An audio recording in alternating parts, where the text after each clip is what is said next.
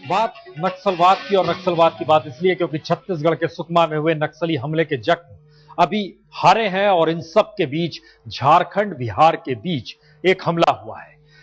Intercity express जो धनबाद से चलकर दानापुर तक जाती है, उसे घेरा गया, ताबड़तोड़ फायरिंग की गई, और फायरिंग के बाद अब ये ट्रेन फिलहाल क्यूल में रुकी हुई है। पूरी रेलगाड़ी की जांच की जा रही है, और इन सब के बीच जो जानकारी निकलकर आ रही है उसमें एक आरपीएफ का जवान और 2 यात्रियों की मौत हुई है। 4 जवानों को नक्सली बंधक बनाकर ले गए हैं। जो सामान था, हथियार था, उसे उन्होंने लूट लिया है। और यह पूरा इलाका जो जंगल और पहाड़ से घिरा हुआ इलाका है, दरअसल 2 राज्यों की सीमा के सबसे नजदीक का इलाका है। यहां से झारखंड सिर्फ 50 किलोमीटर की दूरी पर, और जंगल के रास्ते से जाएं तो 20 या 25 किलोमीटर के रास्ते पर पड़ता है। इसलिए 2 राज्यों की सीमा पर यह हमला किया गया, और इस इलाके में लगातार नक्सली हमलों ने कभी टावर गिराया है, कभी रेलवे स्टेशन को नुकसान पहुंचाया है, सरकारी बिल्डिंगों को डायनामाइट से उड़ाया है। लेकिन जिस तरीके से छत्तीसगढ़ के सुकमा के बाद इस इलाके में ये इंटरसिटी एक्सप्रेस को घेरा गया और ताबड़तोड़ फायरिंग की गई, उसके संकेत बहुत साफ हैं कि कहीं ना कहीं नक्सली ये चाहते हैं कि अब छत्तीसगढ़ के सुकमा से सरकार की नजर डायवर्ट हो और दूसरी तरफ आए। ये माना जा रहा है, और गृह मंत्रालय अपने तौर पर इस पर काम भी कर रहा है कि क्या यह हमला हताशा में किया गया है, या फिर स्थितियों को दूसरी दिशा में सुरक्षा बंदोबस्त किए जाएं और वहां से हटाए जाएं, इस दिशा में किया गया है। महत्वपूर्ण है कि छत्तीसगढ़ में भी हमला ठीक छत्तीसगढ़ और उड़ीसा के सीमा पर जो सुकमा घाटी है वहां पर किया गया था, जो दरभा घाटी के नाम से जाना जाता है। और यह हमला जो हुआ इंटरसिटी एक्सप्रेस में, झारखंड से जैसे ही बिहार में रेलगाड़ी घुसी, उस पर यह हमला बोला गया, गाड़ी रुकवाई गई।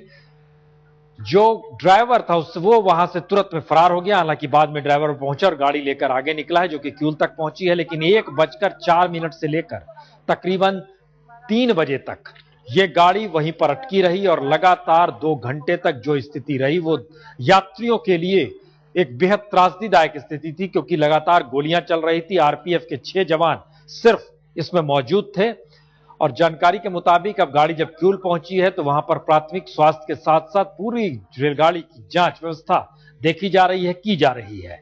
और अभी तक क्यूल से यह गाड़ी रवाना नहीं हुई है। इस गाड़ी को दोपहर में पहुंच जाना है दानापुर, लेकिन अब यह विलंब हो चुका है। तो जाहिर है आरपीएफ के 4 जवानों को नक्सलियों ने जो बंधक बनाया है, अब यह नया सवाल खड़ा हुआ है कि अब नक्सली बंधक के जरिए किस बात की मांग रख सकते हैं। हालांकि इस इलाके के अब डीएम, एसपी और कलेक्टर तीनों सक्रिय हुए हैं, और उसके बाद लगातार सघन अभियान इस पूरे इलाके में चलाया गया है। सुरक्षा बंदोबस्त कड़े किए गए हैं, लेकिन बावजूद इसके ये पूरा का पूरा ऐसा इलाका है जो तकरीबन 100 किलोमीटर के रेंज में जंगली इलाका माना जाता है। आदिवासी ग्रामीण बहुल इलाका है। यहाँ पे विकास के नाम पर कुछ भी नहीं है, और बेहद पिछड़ा इलाका जो संथाल परगना एक तरफ है, दूसरी तरफ बिहार का जो इलाका लगता है।